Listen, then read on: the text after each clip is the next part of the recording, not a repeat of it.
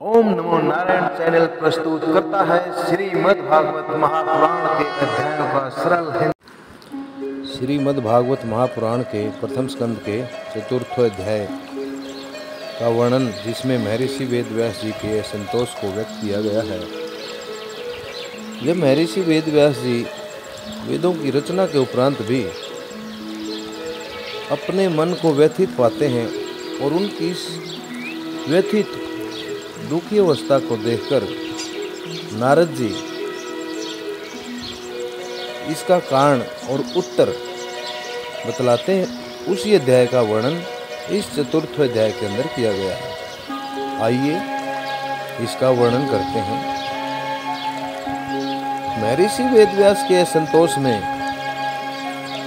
व्यास जी कहते हैं कि उस दीर्घकालीन सत्र में सम्मिलित हुए मुनियों में बड़े व्यवरोध कुलपति ऋग्वेदी शौनक जी ने सूत जी की पूर्वोक्त बात सुनकर उनकी प्रशंसा की और कहा, सूत जी, आप वक्ताओं में श्रेष्ठ हैं तथा बड़े भाग्यशाली हैं। और कथा भगवान श्री सुखदेव जी ने कही थी, जो कथा भगवान श्री सुखदेव जी ने कही थी वही भगवान की पुण्यमयी कथा कृपा करके आप हमें सुनाइए। वह कथा किस युग में, किस स्थान पर और किस कारणों से हुई है? मुनिवर, श्री कृष्ण द्वैपायन ने किसकी प्रेरणा से इस परमहंसों की संहिता का निर्माण किया था?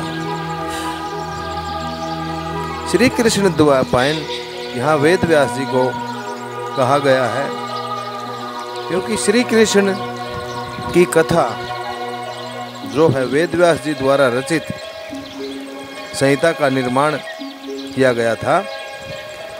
उनके पुत्र सुखदेव जी भी बड़े योगी समदर्शी भेदभाव रहित संसार निद्रा से जगे एवं निरंतर एकमात्र परमात्मा है स्थिर रहते हैं। वे छिपे होने के कारण मूड से प्रतीत होते हैं। व्यास जी जब संन्यास के लिए वन की ओर जाते हुए अपने पुत्र का पीछा कर रहे थे, उस समय जल में स्नान करने वाली स्त्रियों ने नंगे सुखदेव जी को देखकर तो वस्त्र धारण नहीं किए, लेकिन वस्त्र पहने हुए उनके पिता वेद व्यास जी को देखकर वो लज्जा से कपड़े उन्होंने पहन लिए थे।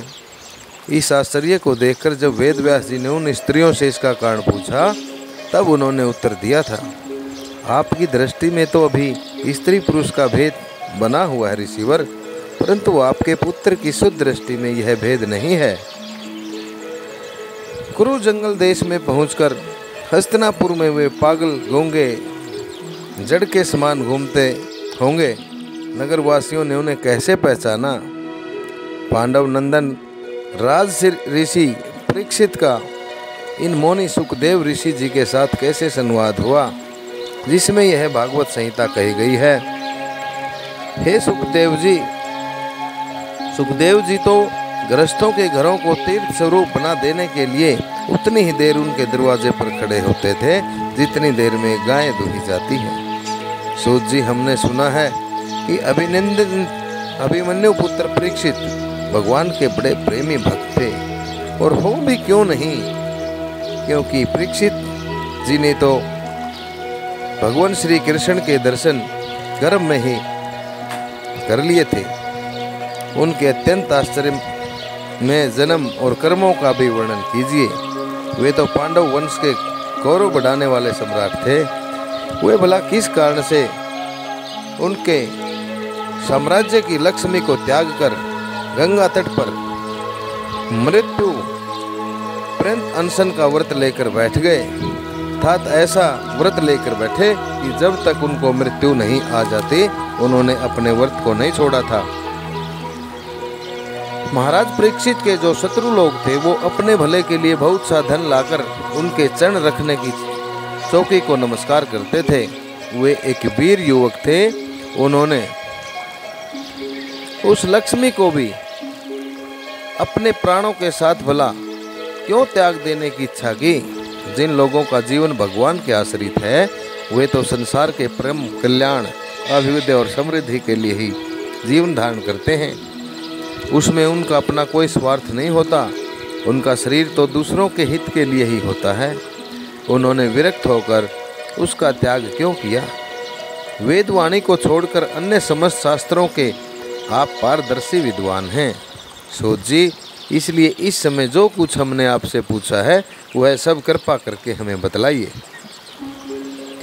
इस पर सूत जी कहते हैं, इस वर्तमान चतुर्युगी के तीसरे युग द्वापर में महर्षि पराशर के द्वारा वसु कन्या सत्यवती के गर्भ से भगवान के कला अवतार व्यास जी का जन्म हुआ। एक दिन वे सूर्योदय के समय सरस्वती के पवित्र जल में स्नान आदि करके एकांत पवित्र स्थान पर बैठे हुए थे। महर्षि भूतकाल और भविष्य को भी जानते थे। उनकी दृष्टि बड़ी अचूक थी।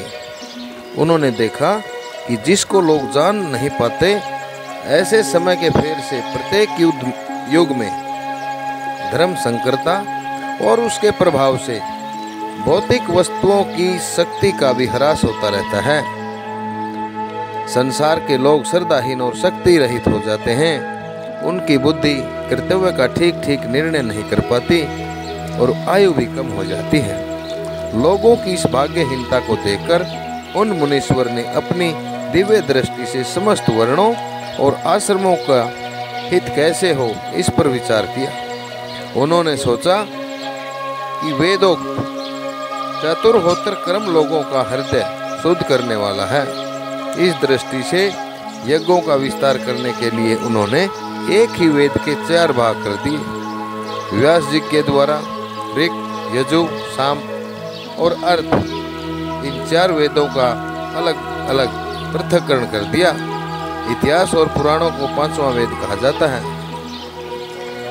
उनमें से ऋग्वेद के पैल, सामगान के विद्वान जैमिनी एवं यजुर्वेद के एकमात्र स्नातक वैशंपायन हुए हैं। अर्थवेद में प्रवीण हुए तरुण नंदन सुमंतु मुनि, इतिहास और पुराणों के स्नातक मेरे पिता रोमहर्षण थे। इन पूर्वोक्त ऋषियों ने अपनी अपनी शाखाओं को और भी अनेक भागों में बांटकर आगे बढ़ाया। इस प्रकार शिष्य, प्रशिष्य और उनके शिष्यों द्वारा वेदों की बहुत सी शाखाएं बन गई।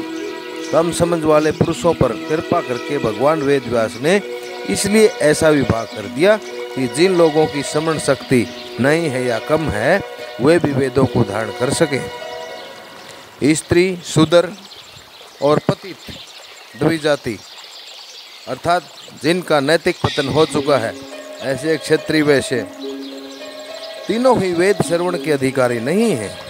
इसलिए वे कल्याणकारी कर्मों के आचरण में भूल कर बैठते हैं। अब इसके द्वारा उनका भी कल्याण हो जाए, यह सोचकर महामुनि वेद व्यास ने बड़ी कृपा करके महाभारत इतिहास की रचना की। शौनकादि ऋषियों, यद्यपि वेद व्यास जी इस प्रकार अपनी पूरी शक्ति से सदा सर्वदा प्राणियों के कल्याण में ही लगे रहे, तथापि उनके हृदय को संतोष नहीं हुआ। उनका मन कुछ उदास सा हो गया। सरस्वती नदी के पवित्र तट पर एकांत में बैठकर वेदव्यास जी मन ही मन विचार करते हुए इस प्रकार कहने लगे, मैंने बड़े निष्कपट भाव से ब्रह्मचार्य व्रतों का पालन करते हुए वेद, गुरुजन और अग्नियों का सम्मान किया है और उनकी आज्ञा का पालन भी किया है। महाभारत की रचना के बहाने मैंने वेद के अर्थ को खोल दिया है, जिससे स्त्रियां, शूद्र आदि भी अपने अपने धर्म कर्म का ज्ञान प्राप्त कर लेते हैं। यद्यपि मैं ब्रह्म तेज से संपन्न और समर्थ भी हूँ, फिर भी मेरा हृदय कुछ अपूर्ण काम सा जान पड़ता है। अवश्य ही मैंने अब तक भगवान को प्राप्त कराने वाले धर्मों का निरूपण नहीं किया है। वे ही धर्म परमहंसों को प्रिय हैं और वे ही भगवान को भी प्रिय हैं। हो न हो, मेरी अपूर्णता का यही कारण है। श्री वेदव्यास जी इस प्रकार अपने को अपूर्ण सा मानकर जब खिन्न हो रहे थे, उसी समय वहां पर देव ऋषि नारद जी आ पहुँचे। उन्हें आया देख व्यास जी तुरंत ही खड़े हो गए। उन्होंने देवताओं के द्वारा सम्मानित देव ऋषि नारद की विधि पूर्वक पूजा की। इति श्रीमद्भागवते महापुराणे परमहंस्यां संहितायां प्रथम स्कंदे नैमिषी योपाख्याने चतुर्थो अध्याय। ओम नमो भगवते वासुदेवाय। ओम नमो भगवते वासुदेवाय। भगवान के यश कीर्तन की महिमा और देव ऋषि नारद जी का पूर्व चरित्र हम अगले अध्याय पंचम अध्याय में श्रवण करेंगे।